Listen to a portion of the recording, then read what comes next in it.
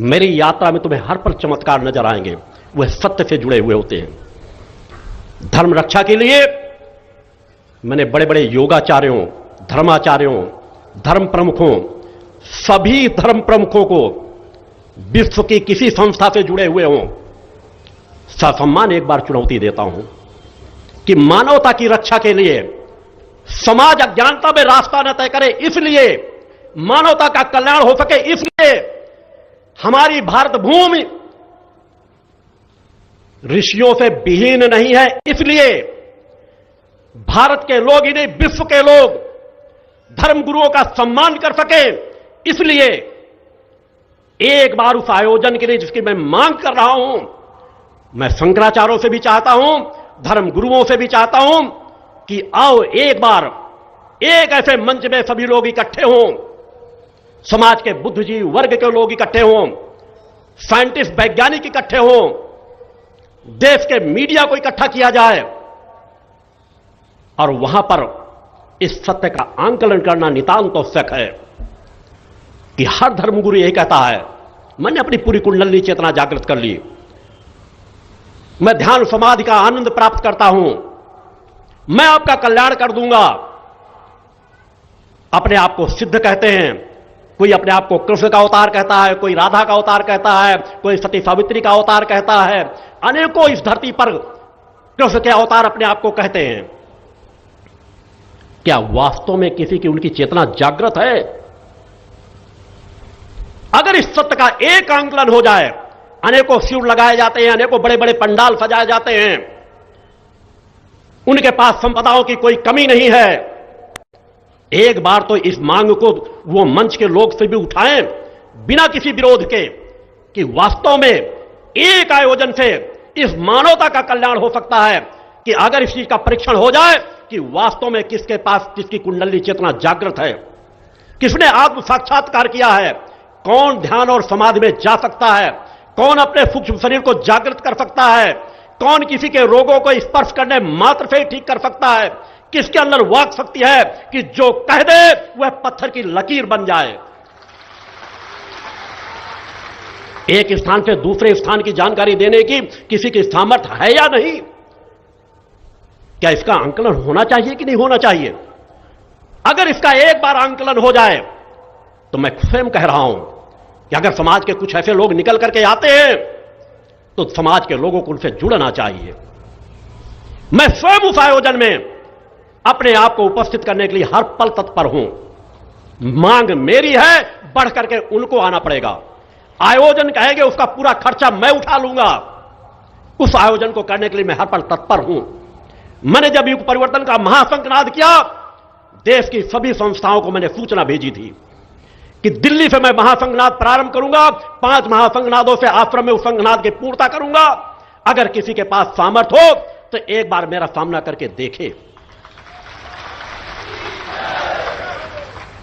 अगर वास्तव में तुम अपने उन धर्म गुरुओं के लिए, मैं कह रहा हूं, अपनी मां के दूध को लजाना नहीं चाहते,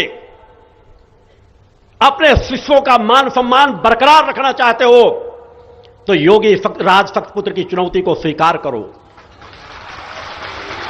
मानवता के कल्याण के लिए। और मैं स्वयं इस मंच से कहता हूं, हर मंचों से कहता हूं, अगर मेरे साधनात्मक तब्बल को झुका देगा कोई भी, अगर वह कह देगा तो जिंदगी भर उसके चरणों का दास बनकर जीवन व्यतीत करूंगा। अगर वह कहता है सर काट के चढ़ा दो तो सर काट के चढ़ा दूंगा। वह गुलाम बनाकर रखेगा तो गुलाम बनाकर बन करके रह लूंगा, क्योंकि मैं तो इसी का भूखा हूं, इसी का प्यासा हूं कि मां की कृपा का कोई पात्र होगा जो मुझसे आगे खड़ा होगा, उसकी अधीनता स्वीकार कर लेने पे मुझे कोई आपत्ति नहीं होगी। और मैंने तो चुनौती का अंतिम चरण रखा है कि सभी धर्मगुरु एक पलड़े पर खड़े हो जाएं। मैं मां की शक्ति को लेकर एक पलड़े पर खड़ा होऊंगा। किसी प्रकार के 2 कार्य समाज के बीच ला करके रख दिए जाएं, समाज देखे वह सब मिलकर वह कर पाते हैं कि मैं अकेले उस कार्य को करके पूर्ण करके निकल जाता हूं। इसके आंकलन की आवश्यकता है। अगर हम इसका आंकलन नहीं कर सकेंगे तो समाज की धार्मिक भावनाओं का शोषण होता रहेगा, धर्म गुरुओं के प्रति अनास्था पैदा होती ही रहेगी। राम रहीम जैसे लोग लोगों की धार्मिक भावनाओं को आघात पहुंचाते ही रहेंगे। रामपाल जैसे लोग लोगों का शोषण करते ही रहेंगे। आसाराम बापू जैसे लोग, नारायण साईं जैसे लोग देश का शोषण करते रहेंगे। इस तरह के एक नहीं, न मालूम कितने महंत संत हैं जो पिछले 10-15 वर्षों में जेल की सलाखों के अंदर हैं। क्यों गए? इतना बड़ा बड़ा समाज उनसे जुड़ा हुआ था, मगर अंदर से खोखले थे। पिछले 20 वर्षों से इन धर्मगुरुओं के विरुद्ध मैं आवाज उठा रहा हूं। माइक पे रिकॉर्डिंग है, सब कुछ है। मैंने अनेकों बार शासन प्रशासन को कहा कि मैं ऐसी दर्जनों संस्थाओं की गहराई के अंदर की बात बता सकता हूं कि कहां अय्याशी के अड्डे चल रहे हैं, कहां नशे के व्यवसाय चल रहे हैं। क्या आपकी ताकत है उन पे हाथ डालो? एक भी कदम नहीं उठाया गया। मेरे शिष्य कहते रहे कि मैसेंजर ऑफ गॉड, प्रदेश की सरकारें जिसकी गुलाम हो, जिसकी शाही सवारी निकलती थी, शासन प्रशासन पूरी सेवा में लग जाता था। मैंने कहा इंतजार करो, वह समय सबका सुनिश्चित है। मैंने कहा है कि यह वैसे धर्मगुरु एक न एक दिन मैं बाध्य कर दूंगा, या तो मेरी चुनौती को स्वीकार करेंगे या तो जेल की सलाखों के अंदर जाएंगे, उनके कुकर में निकल के सामने आएंगे। और जो सही विचारधारा के लोग हैं, मैं उनका हृदय से स्वागत करता हूं। अनेकों लोग मेरी विचारधारा को सुन करके कहते हैं आप धार्मिक भावनाओं के लोगों को आघात पहुंचाते हैं। मैंने कहा मैं उनको लिए चुनौती देता हूं जो अपने आप को सिद्ध कहते हैं, जो अपने आप को समाज में जाने की बात कहते हैं, जो कहते हैं हमारी कुंडली चेतना जागृत है। मैं उनकी बात कहता हूं। मैं चुनौती सिद्धों को देता हूं जो सामान्य जीवन जीते हैं, ज्ञानी पुरुष हैं, साधु हैं, संत हैं, धर्म पथ पर बढ़ रहे हैं। उनका तो मैं मार्गदर्शक बनकर के उनका सहयोग करना चाहता हूं कि आओ तुम जिस बिंदु पर खड़े हो वहां के आगे का ज्ञान प्राप्त करना चाहोगे, तुम्हें आगे का वह ज्ञान प्राप्त होगा। तुम जितने कदम चलोगे इस शरीर को उससे कई कदम।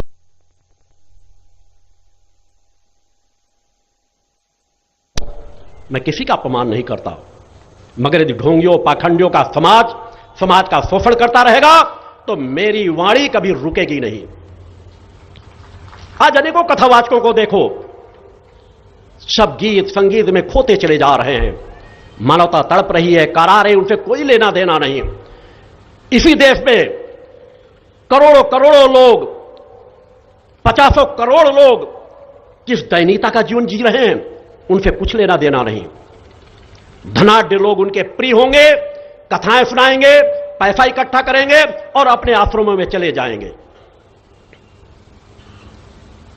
जो दूसरों के दुख से दुखी ना हो, जिसके हाथ दूसरों के दुखों को दूर करने के लिए बढ़े ना, वे धर्मगुरु नहीं हो सकते। बड़े बड़े कथावाचकों को देखना, वैसे तो कुछ कथावाचक परिवर्तन कर लिए। वो जब कथाएं सुना रहे होते हैं, उनके हाथों के रत्न में ग्रहों की अंगूठियां पहने हुए होंगे, रत्न धारण किए हुए होंगे। किस लिए? हमारी कथाएं खूब चलती रहे, हमें समाज से पैसा मिलता रहे, समाज हमसे जुड़ता चला जाए। और आपको क्या कहेंगे? एक भागवत करा लो, आपका कल्याण हो जाएगा, आप मुक्त हो जाओगे। अरे मैं अधर्मियों अन्यायियों को कहता हूं, इतनी कथाएं सुना करके तुम तो मुक्त नहीं हुए, तुम तो भयग्रस्त हो। और भयग्रस्त किनसे? उन ग्रहों से। तुमको रत्न धारण करना पड़ता है। इसका तात्पर्य तुम अगर राम के उपासक हो, कृष्ण के उपासक हो, तो तुम्हें राम और कृष्ण पर विश्वास नहीं? क्या अपने इष्ट को तुमने अपने हृदय में धारण नहीं किया? और जो अपने इष्ट को हृदय में धारण कर लेता है, सभी ग्रह उसके गुलाम बन जाते हैं।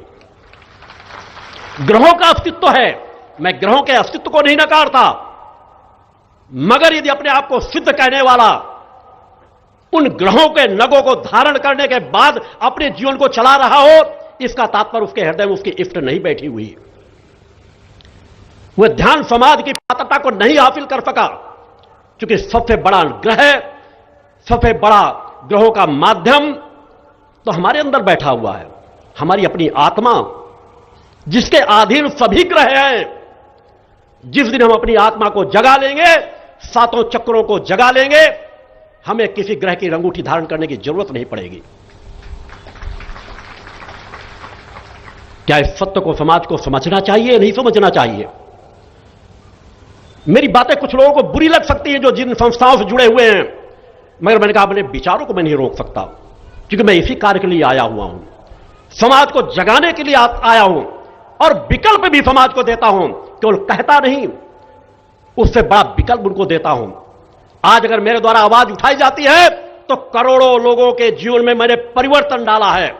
आज 1 लाख से अधिक स्वयंसेवी समर्पित कार्यकर्ता देश के कोने कोने में जन जागरण में लगे हुए हैं। समाज को नशे मांस से मुक्त चरित्रवान बनाने में, पुरुषार्थी परोपकारी बनाने में, तपस्वी बनाने में, श्रद्धा विश्वास जगाने में लगे हैं। समर्पण क्या होता है इसका पाठ पढ़ाने में लगे हुए हैं। वह सशक्त विकल्प भी दे रहा हूं, किसी मान सम्मान की भूख नहीं।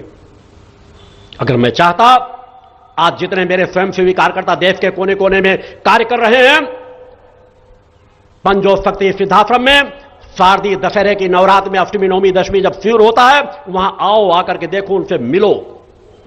जो आत्महत्या करने की ओर जा रहे थे, जो जीवन में अपने आप को निराश कर चुके थे, जिनकी पहचान उनके पड़ोसियों तक को नहीं थी, आज वे हजारों हजारों लोगों को बदलते चले जा रहे हैं। किस ऊर्जा के बल पर? क्योंकि मैंने उन्हें चेतनांश बनाया है। मैं नित्य की साधना उनके लिए संकल्प करता हूं, मैं उन्हें पात्र बना रहा हूं। बरबस उनके कदम उन क्षेत्रों में बढ़ करके चल रहे हैं। उन क्षेत्रों में मैंने कार्य किया है जहां शासन प्रशासन भी समाज को नहीं सुधार पा रहा था। उन जिले के लोग बदलते चले गए।